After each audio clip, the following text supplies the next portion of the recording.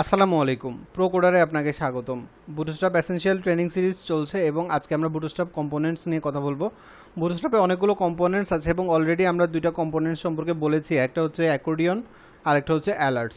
So আপনি যদি সেই টিউটোরিয়ালগুলো মিস করেন আমি রিকমেন্ড করছি দেখে আসার জন্য। এবং প্রো কোডারের সবগুলো টপিক প্লেলিস্ট আকারে সাজানো থাকে, তাই আপনি যদি কোনো একটা ইন্ডিভিজুয়াল টপিক শিখতে চান তাহলে প্লেলিস্ট ট্যাবটা ঘুরে আসতে পারেন, সেখানে সবগুলো টপিক আলাদা আলাদাভাবে আপনি শিখতে পারবেন। তো আজকে যেহেতু আমরা কিছু কমনলি ইউজড কম্পোনেন্টস নিয়ে কথা বলবো, আমাদের এই যে এখন আগের অ্যালার্টগুলো দরকার নেই, তো আমরা একটা কাজ করতে পারি, এই অ্যালার্টগুলোকে আমরা এখান থেকে কেটে দিতে পারি। তো কেটে দেওয়ার পর এখন আমরা এখানে হচ্ছে যে কম্পোনেন্টসগুলো নিব। তো প্রথমে আমরা একটু ব্রেড কাম দেখি।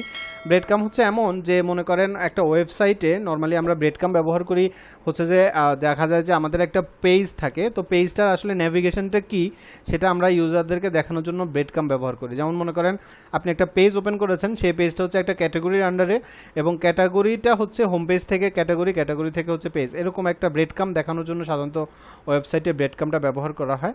তো মনে করেন আমরা যদি একটা ব্রেড কাম আমাদের প্রজেক্টে ব্যবহার করতে চাই, আমরা কি করতে পারি, আমরা একটা ওয়েল নেব মনে করেন এখানে, বা ওয়েল নিয়ে ওয়েলটার ক্লাস হবে হচ্ছে ব্রেড কাম, নিয়ে তারপরে আমরা নিলাম হচ্ছে এলআই, তারপরে এলআইকেও আমরা ক্লাস দিতে পারি, মনে করেন ক্লাস দিলাম হচ্ছে ব্রেড কাম হাইপেন আইটেম দিয়ে। এবার এর ভিতরে আমরা হচ্ছে যে নিব হচ্ছে এ নিয়ে এর ভিতরে হ্যাশ দিলাম, আর এখানে আমরা দিলাম মনে করেন হোম।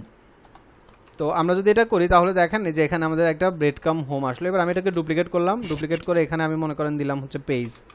হ্যাঁ, এবার আচ্ছা এটা ডুপ্লিকেট করে এখানে আমরা পেজের পরিবর্তে দিব হচ্ছে ক্যাটাগরি। তো যে কোনো ক্যাটাগরি হতে পারে, আপনার ক্যাটাগরির যে নামটা হবে সেই নামটা এখানে আসবে, আর এরপরে মনে করেন আসলো হচ্ছে পেজটা। তো এভাবে ব্রেড কাম হয়, যেহেতু পেজটা হচ্ছে অ্যাক্টিভ পেজ সেক্ষেত্রে এটা অবশ্যই লিঙ্কিং হবে না। তো এখানে আমরা যে লিঙ্ক অ্যাট্রিবিউটটা নিয়েছিলাম এটা বাদ দিয়ে দিব, আর এটা হচ্ছে অ্যাক্টিভ পেজ, তো যে কারণে আমরা এখানে দিব হচ্ছে অ্যাক্টিভ।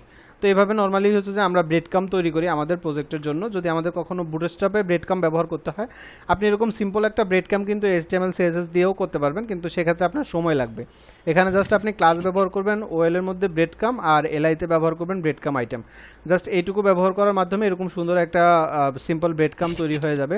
যেরকম একটা ব্রেড কাম আপনি যদি HTML CSS দিয়ে করতে যান, আপনাকে ইউএল এলআই এ প্রত্যেকটাতে আলাদা আলাদা করে কোড লেখা লাগতো, তারপর আবার বিফোর আফটার লেখা লাগতো হচ্ছে যে এই যে স্ল্যাশটা আনার জন্য। তো একটু ভেজাল আছে, কিন্তু এখানে খুব সহজে এটা হয়ে যাচ্ছে বুটস্ট্র্যাপ দিয়ে, যে কারণে এই কম্পোনেন্টসটা প্রচুর ব্যবহার করা হয়, বিভিন্ন প্রজেক্টে ব্যবহার করা হয়, আর এই জন্য আমি এটা আপনাকে প্রথমেই দেখালাম। এরপরে আমরা দেখতে পারি হচ্ছে যে আমাদের অনেক সময় হয় কি, আমাদের কোনো একটা টেক্সট থাকে, তো টাইটেল বা টেক্সট, এরপরে একটা ছোট্ট করে একটা ব্যাজ থাকে, যে ব্যাজটাতে আমরা বলি যে এটা নিউ পোস্ট, বা নোটিফিকেশনের মধ্যে যেরকম থাকে 8টা নোটিফিকেশান 10টা নোটিফিকেশান এরকম। তো এই ব্যাজটা আপনি দেখাতে পারেন বুটস্ট্র্যাপে। যেমন মনে করেন আমরা H1 নিলাম, নিয়ে এর ভিতরে এবার আমরা মনে করেন লিখলাম হলো দিস ইজ নিউ টাইটেল, লিখলাম, লিখে এবার এটা একটা নতুন টাইটেল এবং এটা একদম রিসেন্টলি পাবলিশড হলো মনে করেন। তো সেক্ষেত্রে আমি এখানে একটা ব্যাজ দেখাতে যাচ্ছি, যে ব্যাজে লেখা থাকবে হচ্ছে নিউ। তো সেক্ষেত্রে আমি এখানে একটা স্প্যান নিলাম, স্প্যান নিয়ে আমি স্প্যানের মধ্যে লিখে দিলাম হচ্ছে নিউ। তো স্প্যানের মধ্যে নিউ লিখে দিলে তো আর হচ্ছে না, এটাকে ব্যাজ আকারে দেখাতে হবে। তো ব্যাজ আকারে দেখানোর জন্য আমরা একটা ক্লাস নিব, যে ক্লাসটার নাম হবে হচ্ছে ব্যাজ।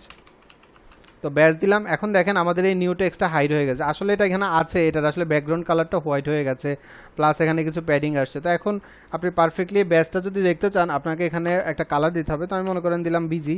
এবার আপনি হচ্ছে যে এখানে যে কালার আছে যে কোনো কালার এখানে দেখাতে পারেন। তো মনে করেন আমি এখানে দিলাম ডার্ক। তো ডার্ক দিলে দেখেন এটা ডার্ক একটা ব্যাজ এখানে তৈরি হলো। এবার আপনি ডার্কের পরিবর্তে যদি ডেঞ্জার দিতেন তাহলে কিন্তু এটা লাল কালারের হতো।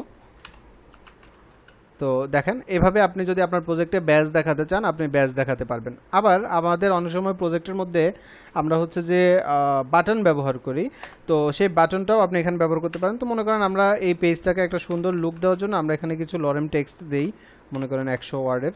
তো দিয়ে এবার এর নিচে আমরা একটা বাটন দেই, মনে করেন সাবমিট বা এরকম কিছু। তো সাবমিট নামে আমরা যদি একটা বাটন দিতে চাই তো আমরা এখানে দিব সুন্দর করে বাটন, বা আমরা সাবমিটের পরিবর্তে আমরা দিতে পারি অ্যাবাউট আস বা লার্ন মোর।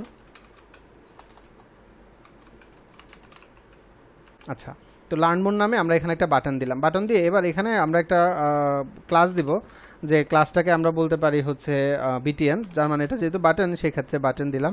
এবং এই বাটনটার একটা ব্যাকগ্রাউন্ড কালার আমরা দিতে চাচ্ছি, তো আমরা দিব বিটিএন। এবার আপনি যে কালারটা দিতে চান, যেমন আপনি যদি এখানে ওয়ার্নিং কালারটা দিতে চান তো দেখেন এটা একটা বাটন হলো এখানে ওয়ার্নিং কালারে। আবার আপনি যদি এই বাটনটাকে এই বাটনটার ভিতরে যদি আপনি কোনো নোটিফিকেশান দেখাতে চান, যেমন লার্ন মোরের ভেতরে আপনি মনে করেন হচ্ছে যে একটা নোটিফিকেশান দেখাতে চাচ্ছেন, যদিও এটা রিয়েলিস্টিক না, সাধারণত বাটন যেগুলো হয় হচ্ছে নোটিফিকেশান রিলেটেড বাটন, সেগুলোতে এরকম ব্যাজ থাকে। তো মনে করেন আমরা এখানে আরেকটা নিলাম, যেটার আমরা এখানে লার্ন মোর টেক্সটটাকে চেঞ্জ করে আমরা এখানে লিখে দিলাম হচ্ছে নোটিফিকেশান, লিখে দিলাম নোটিফিকেশান। এবং এই নোটিফিকেশান ভিতরে আমরা একটা ব্যাজ দিতে যাচ্ছি, তো আমরা এখানে দিলাম হচ্ছে স্প্যানের ভিতরে আমরা লিখে দিলাম যে কোনো একটা সংখ্যা, আমি দিলাম 9, মানে 9টা নোটিফিকেশান। এবার এখানে আমরা মনে করেন ক্লাস হিসাবে যদি ব্যাজটা ব্যবহার করি তাহলে দেখেন এটা এখানে আসলো, কিন্তু এটা এখানে আপনি এবার কালার দিতে হবে। তো আমরা মনে করেন দিব হচ্ছে ব্যাজের যে কোনো একটা কালার, তো আমরা দিলাম বিজি, তারপরে ডার্ক দেই, তাহলে ভালো লাগবে এখানে। তো দেখেন এখানে এটা এখন সুন্দরভাবে আসে, আপনি যে কোনো কালার দিতে পারেন। আমার কাছে মনে হয়েছে যে ওয়ার্নিংয়ের ভিতরে ডার্ক আকারে ব্যাজ দিলে এটা দেখতে ভালো লাগবে। তো এইভাবে কিন্তু আপনি চাইলে বাটন ব্যবহার করতে পারেন। বাটনটা প্রচুর ব্যবহার করা হয়, পুরো ওয়েবসাইটে কতগুলো বাটনের দরকার হয়, তো আপনি বাটনগুলো খুব সহজে অল্প সময়ের মধ্যে বুটস্ট্র্যাপের মাধ্যমে তৈরি করতে পারেন। আবার আপনি মনে করেন আপনার কোনো একটা ডিজাইন অ্যাস্থেটিক্সের জন্য আপনার একটা বাটন লাগবে, যে বাটনটা হবে হচ্ছে আউটলাইন। তো আউটলাইন বাটন আপনি বানাতে পারবেন হচ্ছে যে এই যে বিটিএন হাইপেন আউটলাইন লিখে দিলে আউটলাইন বাটন হয়ে যাবে, মানে বিটিএন আউটলাইন, এরপরে আপনি কালার দিবেন। যেমন আমি যদি এখানে ওয়ার্নিংয়ের পরিবর্তে ডেঞ্জার দিই তাহলে দেখেন এটা লাল রঙের বাটন হলো, এবং আপনি যখন হোভার করবেন তখন কিন্তু এটা কাজ করবে, এবং এর ভিতরে কিন্তু আপনার হচ্ছে এবং এর মধ্যে কিন্তু আপনার ব্যাজটাও কাজ করবে। তো এইভাবে কিন্তু আপনি যদি চান তাহলে কিন্তু আপনি আপনার বাটনগুলো ব্যবহার করতে পারেন। আবার আপনার যদি মনে করেন যে না আমার একটু লার্জ সাইজের বাটন লাগবে, সেক্ষেত্রে আপনি এখানে দিবেন হচ্ছে BTN-LG, মানে লার্জ দিলে এটা এখন লার্জ সাইজের বাটন হলো। সেমভাবে আপনি যদি ছোট সাইজের বাটন চান নর্মালের থেকে, সেক্ষেত্রে আপনি দেবেন SM, সেক্ষেত্রে দেখেন এটা ছোট সাইজের বাটন হলো। তো এইভাবে হচ্ছে বুটস্ট্র্যাপের বাটনগুলো কাজ করে, এবং এগুলো হচ্ছে বুটস্ট্র্যাপের খুব কমনলি ইউজড কম্পোনেন্টস। আমি আশা করছি ভিডিওটা আপনার জন্য উপকারী হয়েছে, এবং আপনি মোটামুটি কমনলি ব্যবহার করা বুটস্ট্র্যাপের কিছু কম্পোনেন্ট সম্পর্কে জানতে পেরেছেন, এবং এর আগেও আমি আপনাকে অ্যাকর্ডিয়ন এবং ওয়ার্নিং সম্পর্কে বলেছিলাম। তো আশা করছি ভিডিওটা আপনার জন্য উপকারী হয়েছে। ভিডিও সম্পর্কে আপনার মতামত কমেন্টে জানাতে ভুলবেন না। আর যদি মনে করেন আমার ভিডিওগুলো হেল্পফুল তাহলে শেয়ার করতে ভুলবেন না। সুস্থ থাকবেন, নিরাপদ থাকবেন, প্রোকোডারের সাথেই থাকবেন। ধন্যবাদ।